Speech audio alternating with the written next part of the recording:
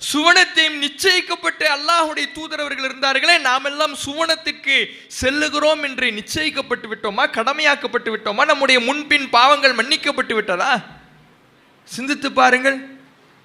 அல்லாஹ் குர்ஆனிலே பல இடங்களில் தன்னுடைய கண்காணிப்பை பற்றி பேசுகிறான். உங்களை நான் கண்காணித்துக் கொண்டிருக்கிறேன், உங்களை பார்த்து கொண்டிருக்கிறேன், என்னுடைய வானவர்கள் உங்களுடைய செயல்களை எடுத்தெழுதி கொண்டிருக்கிறார்கள். இப்படியான வார்த்தைகளை இறைவன் நமக்கு குர்ஆன்ல பதிவு செய்கிறான். அந்த அச்சம் நமக்கு இருக்கிறதா? அந்த பயம் இருக்கிறதா? இன்றைக்கு நாம் ஏற்கனவே சொன்ன மாதிரி தனிமை என்பது ஒரு அறையில் அமர்வது மட்டுமல்ல. ஒரு அறையில் இருக்கிறது, வீட்டில் பெற்றோர் இல்லாமல் இருப்பது, இது மட்டும் இன்னைக்கு தனிமை இல்லை. செல்போனும் ஒரு தனிமை தான். அது வழிகெடுப்பதற்கான அத்துணை வாசல்களையும் நமக்கு திறந்து வைத்திருக்கிறது. இறைவன் எதையெல்லாம் ஹராமாக்கி இருக்கிறானோ, தடுத்திருக்கிறானோ, அத்துணை வழிகளையும் பாதைகளையும் இன்றைக்கு உள்ளங்கையிலே தந்திருக்கிறது. நன்மையான விஷயங்கள் இருக்குது, அது வேறு விஷயம். ஒரு காலத்தில் தொலை தொடர்பு என்பது ரொம்ப கஷ்டமான விஷயமா இருந்துச்சு.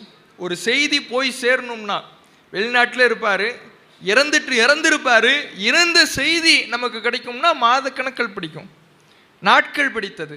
இப்படியே தொலை தொடர்பு என்பது ரொம்ப மோசமாக, ரொம்ப ஒரு பின்தங்கிய நிலையில் இருந்தது. மனிதன் இன்றைக்கு கற்பனை கூட செய்து பார்த்திராத அளவுக்கு வளர்ந்திருக்கிறது. ஒரு நொடி பொழுதிலே ஒரு செய்தியை உலகம் முழுவதிலும் கொண்டு போய் சேர்த்து விடலாம். அப்படியான தொலைத்தொடர்பு நன்மையெல்லாம் இருக்கிறது. ஆனால் அதை விட தீமைகளிலே விழுவதற்கான வாய்ப்பும் நமக்கு இந்த செல்போனில் இருக்கிறது. இறைவன் தடுத்த விஷயம் இருக்கிறது, ஆபாச காட்சிகள் இருக்கிறது. இன்றைக்கு இந்த உலகத்தில் இந்த ஆபாசம் இல்லாத இடமே இல்லை என்று சொல்லலாம். அப்படி ஆபாசங்கள் மலிந்து கிடக்கிறது. நாம் சும்மா ஃபேஸ்புக்கு தான் பார்த்துக்கிட்டு இருப்போம், ஒரு ஆபாச காட்சி நமக்கு முன்னால் வரலாம். யூடியூப் பார்த்துக்கிட்டு இருப்போம், ஆபாச காட்சிகள் வரலாம். அல்லது நம்முடைய உள்ளத்தில் ஷைத்தான் ஆசை வார்த்தை கூறி நமக்கு அந்த ஆபாசத்தை அலங்கரித்து காண்பித்து நாமவே சென்று அந்த ஆபாச காட்சிகளையும் படங்களையும் பார்க்க தூண்டுவதாக ஷைத்தான் நம்முடைய உள்ளத்தில் ஆசை வார்த்தைகளை போடலாம். எல்லாத்துக்கும் இந்த செல்ஃபோனில் வாய்ப்பு இருக்குது, ஏன்னா கையில் இருக்குது. தியேட்டரில் போய் ஆபாச படங்கள் பார்க்குறான்னா மக்கள் அதில் போய் பார்ப்பான். யார் பார்ப்பான்னா, யார் பார்த்தா எனக்கு என்ன அப்படிங்கிறவன் போய் பார்ப்பான். ஆனால் இவர் பார்த்து விடுவாரோ, அவர் பார்த்து விடுவாரோ, என்னுடைய தகப்பனார் பார்த்து விடுவாரோ, தகப்பனாருடைய நண்பர் பார்த்து விடுவாரோ, அதன் மூலம் என்னுடைய தகப்பனாருக்கு தகவல் வந்து விடுமோ என்று அஞ்சக்கூடியவர்கள் அதை தவிர்த்து விடுவார்கள். ஆனால் ஃபோனில் இருக்குதே அதே காரியம், அதே ஆபாசம், அதே பாவம், இறைவன் தடுத்த அதே ஹராம் ஃபோன்ல இருக்குதே. இதிலிருந்து நாம தவிர்த்துக்கணும்னா, இதிலிருந்து விலகணும்னா, இந்த ஹராமை இந்த மக்கள் பார்க்கவில்லை என்றாலும் கூட, என்னுடைய தகப்பனார் பார்க்கவில்லை என்றாலும் கூட, என்னுடைய தாயார் பார்க்கவில்லை என்றாலும் கூட, இந்த சமூகம் என்னை கண்காணிக்கவில்லை என்றாலும் கூட, அல்லாஹ் என்னை கண்காணித்துக் கொண்டிருக்கிறான் என்கின்ற அந்த அச்ச உணர்வு நம்முடைய உள்ளத்தில் எழ வேண்டுமே. இதுதான் மூமின்களுடைய பண்பாக இருக்கணும். மூமின்களுடைய பண்புக்கும் மூமின்கள் அல்லாத, இறையச்சவாதிகள் அல்லாத, இறைவனை பயப்படாத நரகவாதிகளுக்குமான அந்த வித்தியாசமே இதில் தான் இருக்குது. அல்லாஹ் குர்ஆன்ல சொல்லி காட்டுகிறான், தீயவர்கள் எப்படி இருப்பார்கள் என்றால், யஸ்தக்ஃபூன மினன் நாஸ், மக்களிடத்திலிருந்து மறைப்பார்கள். அவர்கள் ஒரு காரியத்தை செய்தால், ஒரு தப்பை செய்தால், தவறை செய்தால் மக்களிடத்திலிருந்து மறைத்து விடுவார்கள்.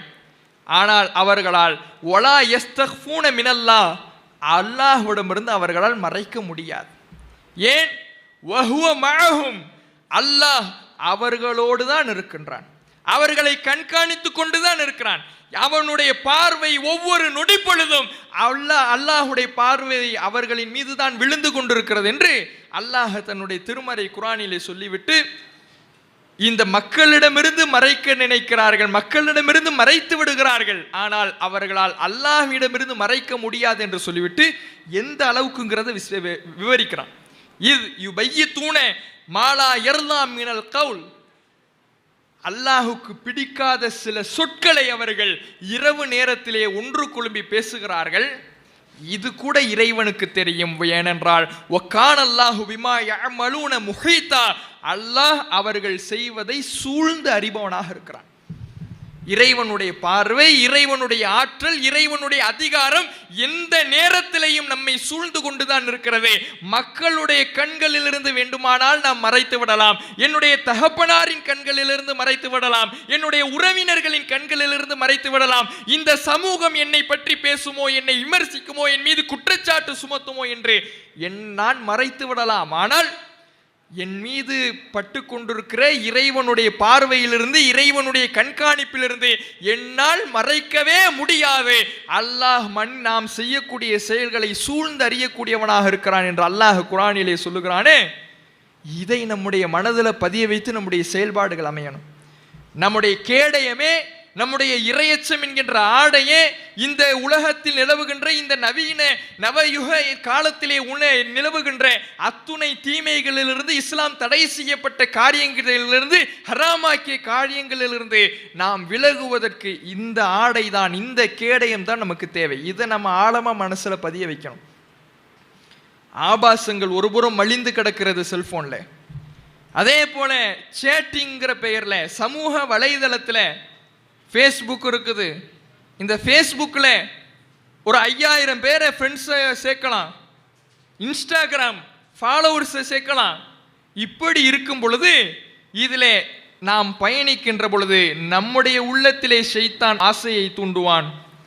பெண்களை சேர்த்துக்கொள், பெண் நண்பர்களை வைத்துக்கொள், ஃபேஸ்புக்கில் சேர்த்துக்கொள், இன்ஸ்டாகிராமில் ஃபாலோ பண்ணு, பெண் நண்பர்களை இணைத்துக்கொள்.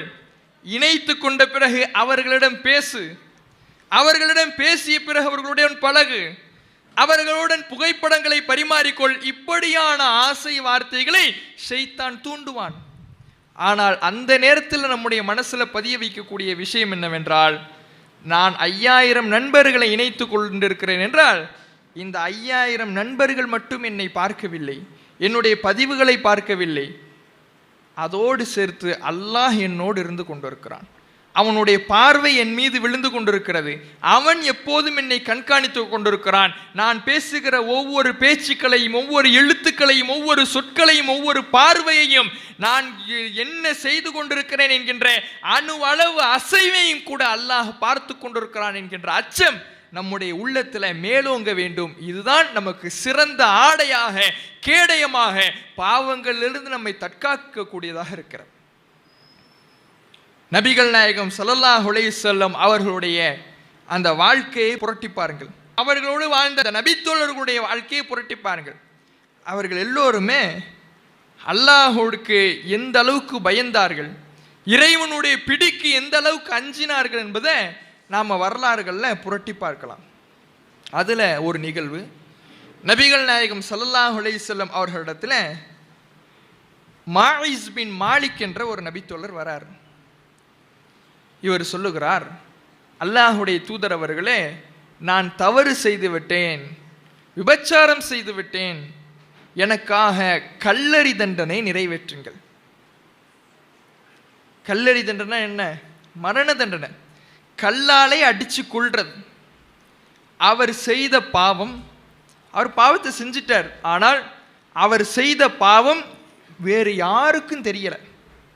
மக்களுடைய கண்களிலிருந்து மறைத்து விட்டார். மக்களுடைய கண்கள் என்ன, யாருக்குமே தெரியல. இவர் சொன்னாதான் தெரியும். ஆனால் இவராக வந்து ஒப்புக்கொள்ளுகிறார். இவராக கையும் களவுமாக பிடிக்கப்படலை. 4 பேருக்கு தெரிஞ்சு செய்தி வெளியே கசியலை. இவரோடு அந்த செய்தி முடிந்து விடுகிறது. ஆனால் இறையச்சம் அந்த நேரத்திலே அவரை தட்டி எழுப்புகிறது.